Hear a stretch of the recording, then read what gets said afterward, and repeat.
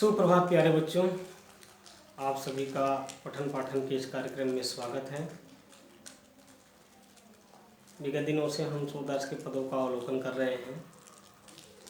आज हम उनके अगले शेष पदों का अवलोकन करेंगे।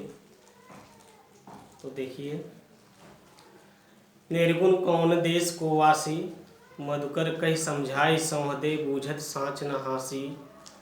को है जनक कौन है जननी, को नारी को दासी। कैसे बरन भेष है कैसो, की रसमय अभिलाषी। पाओगे पुण्य कियो आपनो, जोर कहोगे गासी।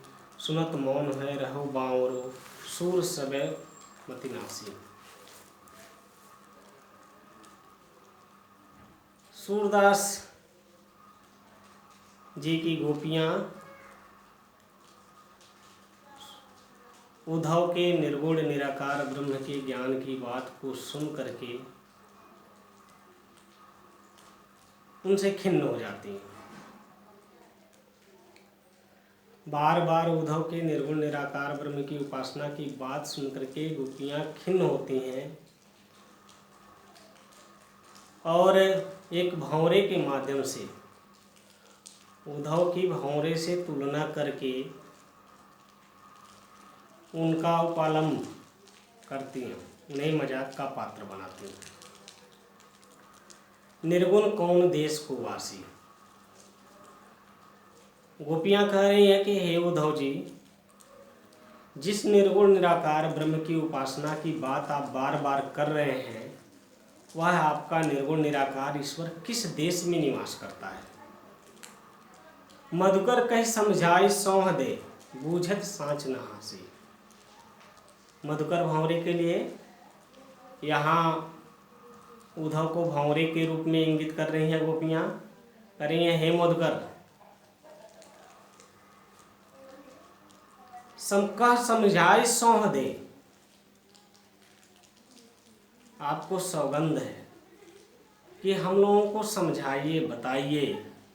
बूझत साँच, हम लोग सच में जानना चाहती हैं कि आपका ईश्वर किस नगर का निवासी है। न हासी, मजाक नहीं कर रही हैं। हम लोग सच में आपसे ये जानना चाह रही हैं। आपको सौगंध है, सच सच बताना पड़ेगा कि आपका ईश्वर किस देश का निवासी है। हम लोग आपका मजाक नहीं बना रही हैं, आपसे हंसी नहीं कर रही हैं। को है जनक, आपके उस निर्गुण निराकार ईश्वर का पिता कौन है। को है जननी, उनकी माता का क्या नाम है। कौन नारी, उनकी पत्नी कौन है और उनकी सेविका कौन है। उस निर्गुण निराकार ब्रह्म के माता पिता, पत्नी और सेविकाओं का नाम बता दीजिए। कैसे वरन, वह किस रंग के हैं। भेष है कैसो, कैसी वेशभूषा धारण करते हैं। कि रसमय अभिलाषी, और वो किस रस का पान करते हैं। उनका प्रिय रस कौन सा है। पावे गो पुण्य कियो आपनो। उद्धव जी से कह रही हैं कि आप सच सच बताइएगा।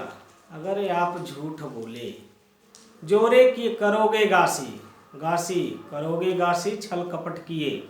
अगर आप झूठ बोले, छल कपट हम लोगों के साथ किए, तो पाओगे पुण्य कियो आपनो।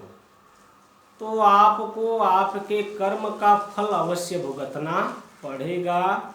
इसलिए आप सोच विचार कर हम लोगों से सही सही बताइएगा। सुनत मौन है रहो बावरो।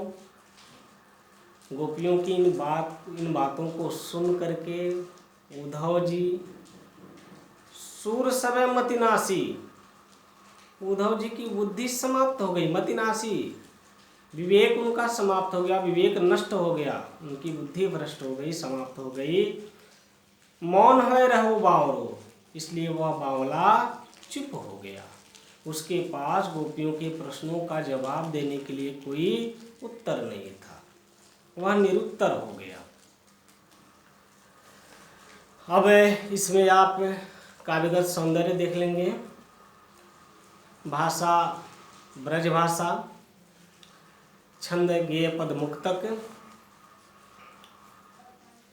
अलंकार अनुप्रास अलंकार, गुण माधुर्य गुण, शैली व्यंग्यात्मक है और शब्द शक्ति जो है वो लक्षणा है। अगला दोहा पद। संदेशो देवकी सो कहियो, हव तो धाय तिहारे सुत की मया करत ही रहियो। जदप टेव तुम जानत उनकी तो मोहि कही आवे। प्रात होत मेरे लाल लड़े ते माखन रोटी भावे। तेल उबटनो और तातो जल ताहि देख भज जाते। जोई जोई मांगत सोई सोई देत क्रम क्रम कर के नहाते। सूर पथिक सुन मोहि रैन दिन बढ़त रहत उर सोच। मेरो अलक लड़े तो मोहन है करत संकोच। माता यशोदा को पता चलता है कि एक पथिक एक राही मथुरा जा रहा है। श्री कृष्ण जी मथुरा है उस समय। माँ यशोदा का मन नहीं मान रहा है अपने प्यारे श्री कृष्ण के लिए। उस पथिक से वो माता देवकी के पास संदेश भेजती है। उस पथिक से वो कह रही हैं, क्या संदेश देने के लिए कह रही हैं? कह रही हैं संदेशो देवकी सो कहियो, हे पथिक मेरा ये संदेश जाकर के देवकी बहन से कह देना। मेरा ये संदेश जा करके देवकी बहन से कह देना। हाँ तो धाय तिहारे सुत की, मैं तो उनके पुत्र श्री कृष्ण की धाय माँ हूँ।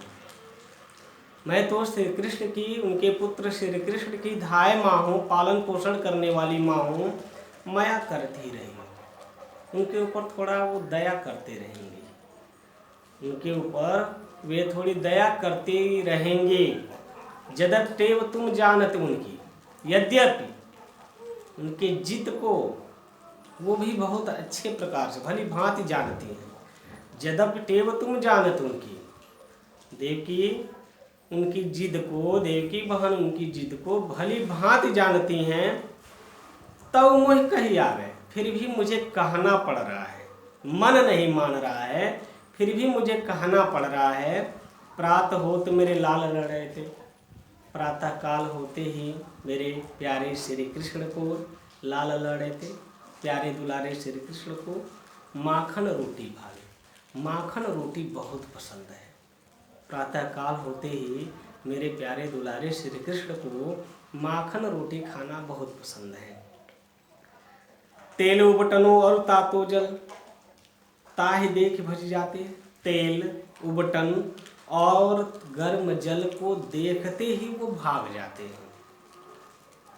तेल उबटन तातो गर्म जल, तप्त जल, गर्म जल को वो देखते ही भाग जाते हैं। जोई जोई मांगत सोई सोई देत, क्रम क्रम करके नहाते। इसलिए वो जो कुछ भी मांगते हैं, वो जो कुछ भी मांगते हैं उनको मैं वो क्रम से एक एक करके मैं सब कुछ देती हूँ। और इस देने की क्रिया में ही उनको स्नान करा देती हूँ, उनको नहला देती हूँ। सूर पथिक सुन मोहि रैन दिन। सूरदास जी कह रहे हैं कि माता यशोदा उस पथिक से कहती हैं कि हे पथिक सुनो, मोहि रैन दिन, मुझे रात दिन बढ़त रहत उर सोच। मेरे हृदय में एक चिंता समाई जा रही है। मुझे रात दिन में मुझे एक ही चिंता रहती है मेरे हृदय। मैं एक ही बात पर विचार करती हूँ कि मेरो अलक लड़े तो मोहन है करत संकोच। मेरे प्यारे दुलारे श्री कृष्ण मथुरा में जा कर के वहाँ कुछ भी खाने पीने के लिए मांगने में संकोच करते होंगे। जैसे वो हमारे यहाँ बेधड़क कोई भी चीज़ खाने पीने के लिए मांग लेते थे, चुरा लेते थे, वहाँ ये कृत्य करने में संकोच करते होंगे। इसलिए मुझे बार बार उनका ख्याल आ रहा है।